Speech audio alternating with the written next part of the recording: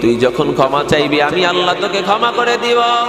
বান্দা তুই গুনাহ করো, গুনাহ করার পর আমি আল্লাহর কাছে আসো না, এই আসো তো আসোই না। মসজিদে মিনার থেকে প্রত্যেক দিন তোকে আওয়াজ দেয়, বান্দা আয়, হাইয়া আলাস সালাহ, হাইয়া আলাস সালাহ, হাইয়া আলাল ফালাহ। বান্দা কল্যাণের জন্য আয়, নামাজের জন্য আস। এ বান্দা রে, তুই আল্লাহর কাছে আসো না, তুই আমি আল্লাহকে ভুলিয়া গেছো, কিন্তু আমি আল্লাহ তোকে ভুলি নাই। আমি আল্লাহ সব সময় তোর দিকে তাকায়া থাকি। বান্দা তুই কখন তোর জবানটা দ্বারা আমি আল্লাহকে আল্লাহ বলিয়া ডাক দিবি? আমি আল্লাহর ছেলে নাই, আমি আল্লাহর মেয়েও নাই, আমি আল্লাহকে কেউ জন্ম দেয় নাই, আমি আল্লাহ কাউকে জন্ম দেই নাই। লাম ইয়ালিদ ওয়া লাম ইউলাদ। বান্দা আমি আল্লাহর ছেলে নাই, মেয়ে নাই, স্ত্রী নাই, পুত্র নাই, মা নাই, বাবা নাই, কেউ নাই, কেউ নাই। কিন্তু বান্দা আমি আল্লাহ তোকে আদর করিয়া বানাইলাম, কিন্তু বান্দা তুই আমি আল্লাহকে আল্লাহ বলিয়া ডাকো না, তুই ঘাড়টা মোড়ায় অন্যদিকে চলিয়া যাও। আমি আল্লাহ তোর দিকে তাকায় থাকি। বান্দা তোর জবান দ্বারা তুই আমি আল্লাহকে একটাবার আল্লাহ বলিয়া ডাক দিবি। তোর জবান দ্বারা তোর মাকে ডাকো, তোর মায়ের অন্তরের মধ্যে মজা। তোর বাবাকে বাবা বলে ডাক দাও, তোর বাবা তোর উপরে খুশি হয়ে যায়। কিন্তু তোর জবানটা তো আমি আল্লাহর জন্য বানাই নাই, আমি আল্লাহ তো জবানটা বানাইছিলাম আমি আল্লাহকে আল্লাহ বলিয়া ডাকবি।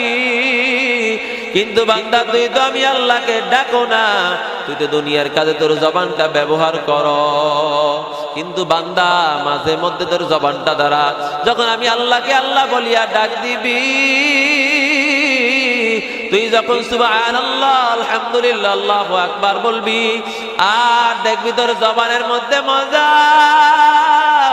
আমি আল্লাহ আমার অন্তরের মধ্যেও, আমার কুদরতি অন্তরের মধ্যেও মজা পাওয়া যায়। এই জন্য বান্দারে, আজকে এই তালিমি জলসা তোমার আমার জীবনের শেষ তালিমি জলসা হতে পারে। আজকে এই রজনী তোমার আমার জীবনের শেষ রজনী হতে পারে। তুমি কি মনে করিয়া বসছ?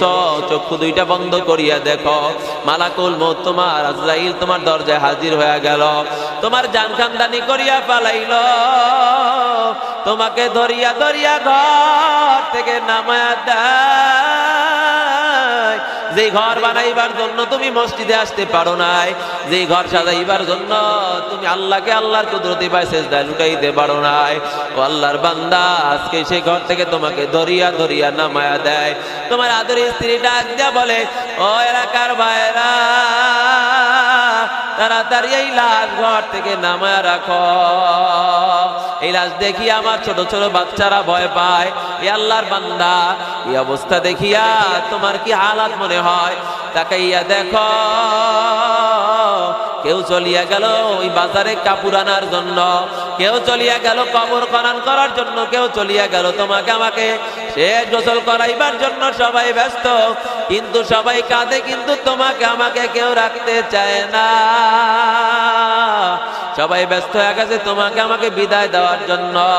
এ আল্লাহর বান্দারা, মনটাকে বুঝাও, তোমার আমার হালাত কি, কেমন অবস্থা হবে। এ আল্লাহর বান্দারা, তোমাকে আমাকে শেষ গোসল করাইয়া 4টা 3টা 5টা কাপড় দিয়া প্যাকেট বানাইয়া তোমাকে আমাকে সুন্দর করিয়া সাজাইয়া, কোন দেশের জন্য জানি তোমাকে আমাকে প্যাকেট করিয়া পালাইলো। এ আল্লাহর বান্দা, তাকাইয়া দেখো, মসজিদের 4 পাওয়ালা খাট তোমার শিয়রে হাজির হয়ে গেছে। এই 4 পাওয়ালা খাটে উঠাইয়া তোমাকে জানাজার ময়দানে হাজির করাইয়া দিল। জানাজার ময়দানে যাওয়ার পর ইমাম সাহেব তোমার আমার পক্ষ বরাবর দাঁড়াইয়া 4 তাকবীরের সহিত জানাজার নামাজ আদায় করিয়া দিল। এখন জানি তোমাকে নিয়ে কোথায় রওয়ানা। পিছন থেকে তোমার ছোট ছোট বাচ্চারা ডাকে, আব্বু আব্বু আব্বু বলিয়া। তোমার ছোট ছোট নাতিরা কান্দে, দাদু নানু বলিয়া ডাকে। কিন্তু বান্দা, তোমার সারা দেওয়ার সুযোগ নাই। তোমাকে নিয়ে কবরের দিকে রওনা।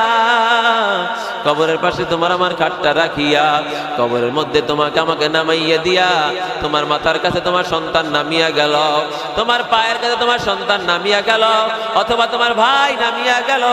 কিন্তু আল্লাহর বান্দা মাইয়াত কবরে বসিয়া ডাক দিয়া মনে করে হায় দুজন ব্যক্তি আমার সাথে যাবে, কিন্তু না না না, মাথার মুষ্টিটা খুলিয়া দিয়া পায়ের মুষ্টি খুলিয়া দিয়া মাথার কাছ থেকে পায়ের কাছ থেকে লাফ দিয়া উঠিয়া গেল। এখন এই কবরের মধ্যে মাইয়া ডাক দিয়ে বলে আদরের সন্তান, ও আমার আদরের ভাই, আমাকে একা একা কবরে রাখিয়া যাইও না। এই কবরের মধ্যে আমি একা একা কেমনে থাকবো? কিন্তু আল্লাহর বান্দা তোমার আমার আওয়াজ কেউ শোনে না। আস্তে আস্তে উপরে বাঁশ দেয়, কলা পাতা দেয়, মাটি দেয়, পারায়া পারায়া এই ঘরের মধ্যে তোমাকে আমাকে রাখিয়া দিল। এ আল্লাহর বান্দা তাকায়া দেখো কবরটা কেমন অন্ধকার,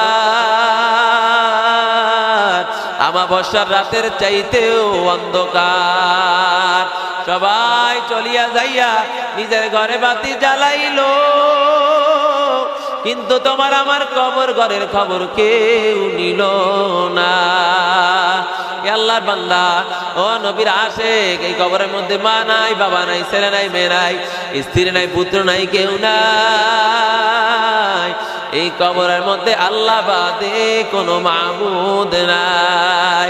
এই কবরের মধ্যে এখন কেমন হালাত তাকাইয়া দেখো, কেমন অন্ধকার দেখায়। এ আল্লাহর বান্দা এই জন্য কত গুনাহ করলা।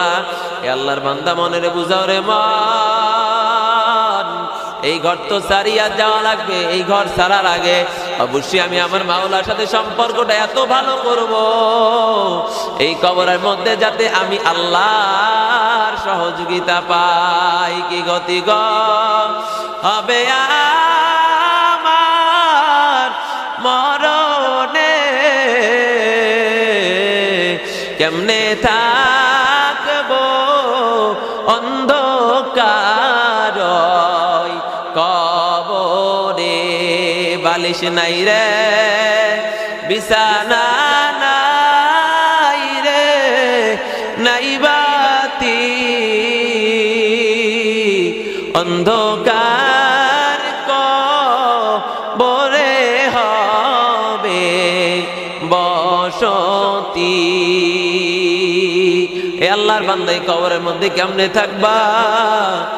দুনিয়ায় থাকা অবস্থায় আমার মাওলার সাথে সম্পর্কটা ভালো করিয়া নাও। অবশ্যই কবরের মধ্যে আল্লাহ তোমার নাজ নেয়ামতে কবর ভরপুর করিয়া দিবে। ওমা আলাইনা ইল্লাল বালাগ।